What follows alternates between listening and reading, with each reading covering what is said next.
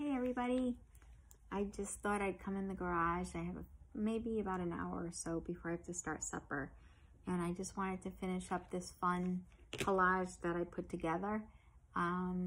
It's just for fun, and but I just wanted to add some embellishments to make the pictures pop. So I'm using this Posca pen to add a few designs in between the pictures, and here's what it looks like right now. So I just have a blue background, and it looks pretty cool this way, but I kind of wanted to just add a little zing. So if you can see, and add a few of those. I love those little swirly kind of, I don't know, like the little spinners. It's kind of my little trademark. I love doing those. It's my little doodle. And I thought I'd just add it to the collage, so we'll see how it goes.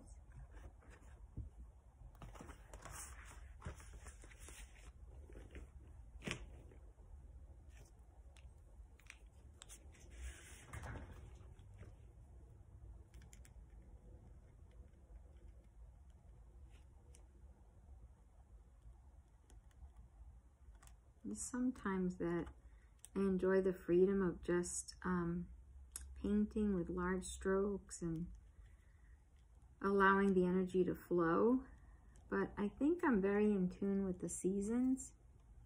And so the same way that, you know, summer is coming to an end in New England, it's already getting pretty cool. I think that my body kind of starts to turn inward, and the large bold strokes of summer, sometimes I need to take a pause and just do some detailed work. I've always doodled, and I know that most of us doodle in some form. I mean, most of us are creative in some form, whether it's music or painting or whatever it may be, sculpting.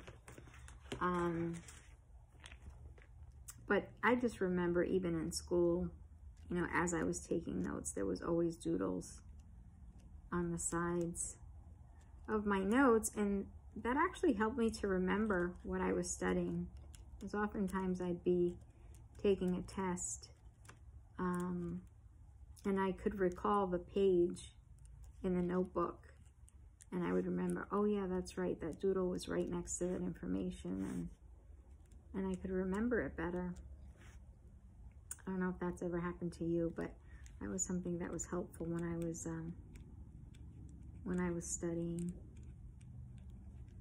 And I guess I've had a varied past, but I think most of us kind of reinvent ourselves along the way, don't we? I went to pharmacy school. I was a pharmacist for 20 years.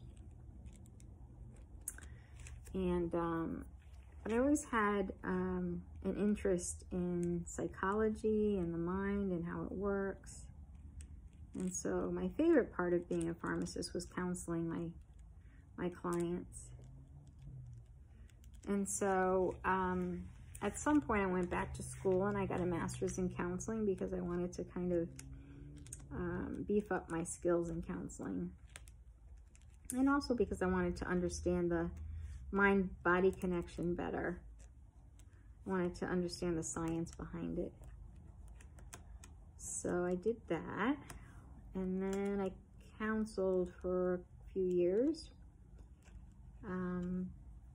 But all through the different things that, you know, that I did, art was always like a catharsis for me. It was always something that I turned to just express my emotions and my feelings, and, you know, that and journaling were very important to me in the healing process. So, so during my counseling years, I became aware of a specialty called neurofeedback.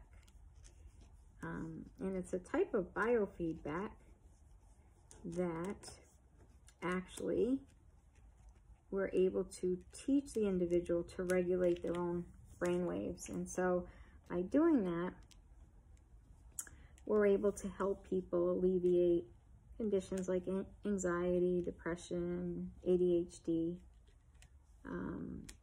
And I saw the benefits firsthand after I had a major car accident. And at the time I didn't realize it, but I developed some panic attacks. I initially did not connect it to the accident because when they evaluated me, I seemed to be fine. And I have to agree with them, I didn't really have any kind of symptoms at the time. The symptoms kind of just evolved over time. And looking back now, I think that it was because of the accident.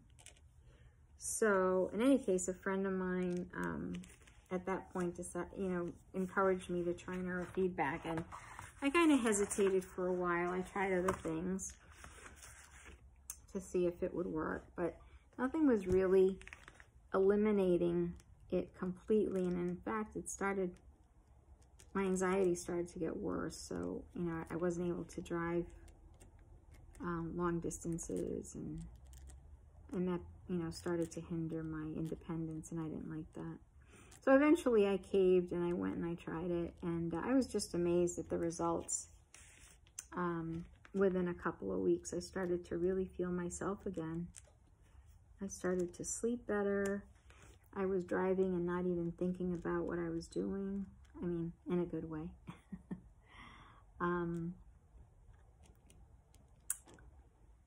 Yeah, so I was so fascinated with how quickly it helped me. And again, everybody's different, but I was luckily one of the responders that I responded pretty quickly. That I just needed to go and learn more about it. And eventually I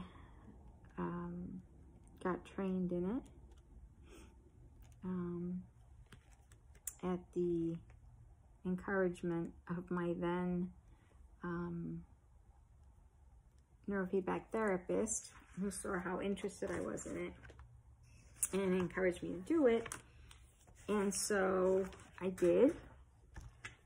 And I was so fascinated with it that I decided to open up a practice that offered neurofeedback therapy, because I saw how much it could really benefit some people. And again, it doesn't help everyone, but the people that do respond, it's just amazing results. So, if you can help just one family, it was worth it. It was certainly worth it for me. It changed my life. In any case, art or any form of creativity has always been a necessity in my life and in my world.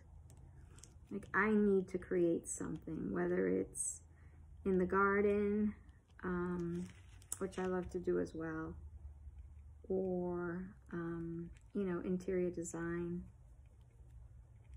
I did try sculpting for a while, but I guess I don't have the patience for all the steps that it requires. So that wasn't really my thing. I really can't hold a note, so I like listening to music, but never been able to play an instrument or sing. Forget it, you don't want me singing. I sing in the car, and I sing in the shower. And that's about all. But some form of art or journaling, I need some kind of outlet. And for me, this is very healing and cathartic. So, and that's what the doodling is all about, really. I love being, I don't like really being on the phone. That's not what I mean. But when I'm on the phone, I have to have a pen and paper next to me. And as I'm talking, I doodle. And by the time I get off the phone and finish the conversation, I look at what I did, and usually they're pretty cool marks. So I feel like I've been working on my mark making my entire life. And the reality is most of us have, right? We have our own, our own signatures, our own penmanship. Those are all marks. Those are all individual marks that each of us have in our own way. No one else can copy them. They're unique to us, just like our fingerprints are.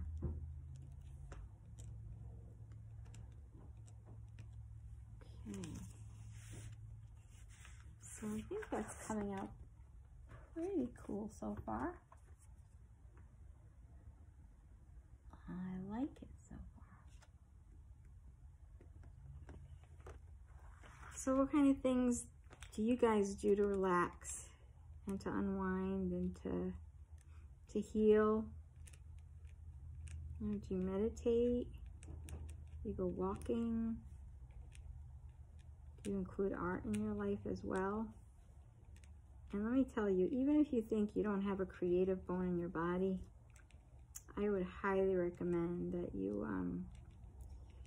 get yourself a box of crayons or colored pencils or whatever it may be, and just do it for fun.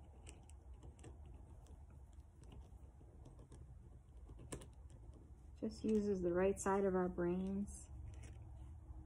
You know, it lets the left logical side rest and take a break. And it allows us to just unwind and express that creative, emotional side without having to talk or explain anything. It's just an outlet. You know, sometimes I wake up and I love teal, and that's what inspires a painting for me. And the next morning it might be magenta. Sometimes it's just a color. Sometimes it's a shape. Sometimes it's a pattern that I see in nature or on an animal. Today, I have a friend of mine who's a great photographer, and he takes such great pictures on a lake that he goes to every weekend. And he has this beautiful picture of a duck, and the markings on the feathers of that duck are just spectacular. They're so soft and delicate. So that, you know, inspired me, and that'll stay in my mind, in the back of my mind for a while, and it'll come out in my artwork. I know it will.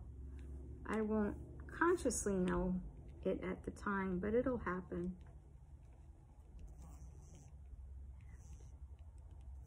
So I have